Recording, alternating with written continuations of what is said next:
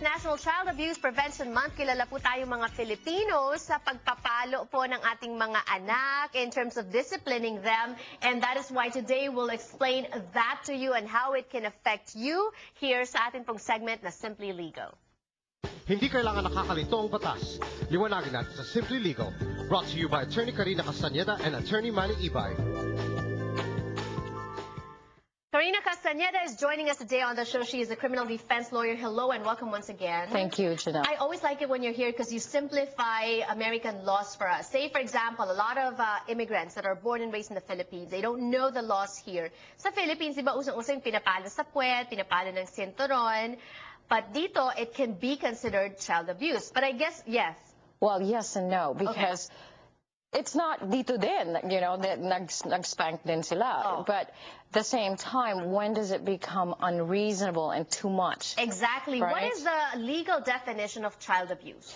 It's the willful intent to inflict cruel or inhuman corporal punishment causing traumatic injury. Okay. So it's very, very, very factually written. Right. But let's talk about this. Kasi ano yung willful infliction? What does that mean?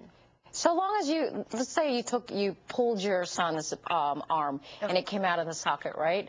So long as you intended to hurt him or pull his arm out of the socket, that's enough.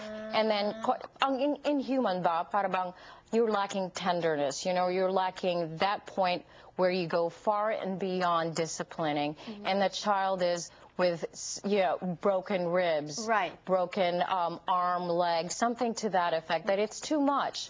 Just severe bruising, permanent damages, and those are really traumatic injury, and that's when you're looking at a child abuse charge. And so let's make this clear for those that are watching. It's okay to spank kids, to discipline them so long as it's not too much. Ganon? Well, para bang sinasabi nyo, don't touch that, and he went and your child touched that, and you just go, you know, na buttocks, then you pinapalo nyo isa lang, or even twice. But if you went and got, you know, yung belt, and you just hit and hit and hit, like releasing anger on the child. Yeah, and over the point of disciplining. And there are a lot of charges that become to that effect. And talking about criminal charges, it's not just child abuse. There is what you call child endangerment and simple battery. Can we break that down? Now, child endangerment first. Child endangerment, let's say the most common example is you're driving under the influence of alcohol or drugs,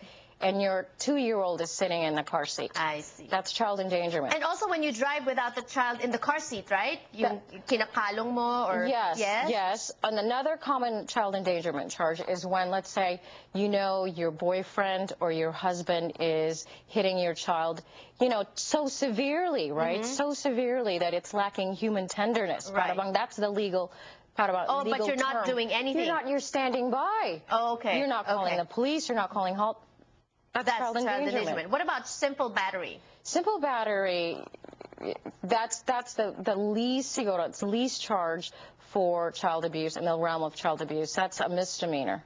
Yung child abuse and child endangerment, you're looking at felony charges. Maximum is 6 years state prison. 6 years state prison.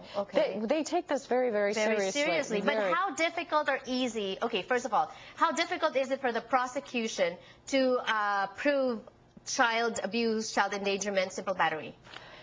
Let's go with the child abuse first. If there's medical, you know, that's what happens. Of course, that's very, you need medical testimony. You need medical expert to show. And, you know, there's certain signs sometimes that there's prolonged bruises in the other parts of the body of the child. And it can't be just physical. You can also... Sexual or psychological, right? Yes. And I'm thinking the psychological thing might be more difficult to prove, but then at the same time, you're a criminal defense lawyer. People that are charged with these kinds of trouble or issues, how difficult is it to defend them?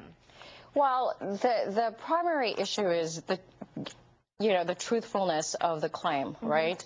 Is the allegation, I mean, is there some motive, let's say, by the mother who's the complaining party, if they're going through a custody battle, if they're going through a divorce?